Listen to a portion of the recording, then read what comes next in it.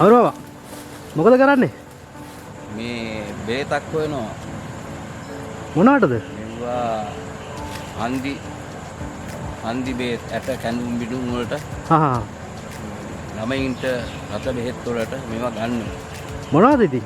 මේකට කියන්නේ අංකෙන්ද. අංකෙන්ද? හා අංකෙන්ද කොළ පොතු ගන්නවා. අංකෙන්ද මුල් ගන්නවා. හා විශේෂයෙන් හන්දි වෙදකමට ඉතාම තෙල් හිඳින්න වටිනා ඖෂධයක්. අංකෙන්ද? අංකෙන්ද. කොයි පළාත්වලද වගේ හැදෙන්නේ? සාමාන්‍යයෙන් හැදෙන්නේ මේ අලුකර පළාත්වල නැතුව අනිත් පළාත්වල හැදෙනවා. ඔක සිංහල වෙදකම් වල තියනවද? සිංහල වෙදකම් වලට අනිවාර්යෙන් හන්දි වෙදකමට ගන්නම හොඳ බේතක්.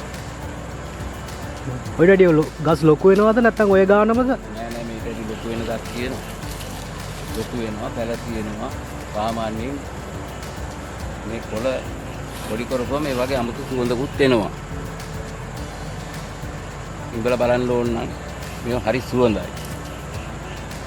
සුවඳයිනේ. ඔව්. මේ වගේ සමහරු කලාත්මක මල් කපන්න, කැටයන් කපන්න ගන්නවා මේ ලීය. ලීය.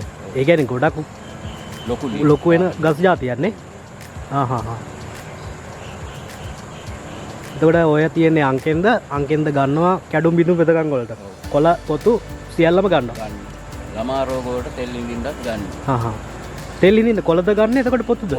පොතු. රතේ කියලා තියෙන ළමයින්ට. ඒකට ගන්න බේතකුත්. අංකෙන්ද. හරි මාම එහෙනම්. මං ගිහලා එන්න. හරි බොහොම ස්තුතියි.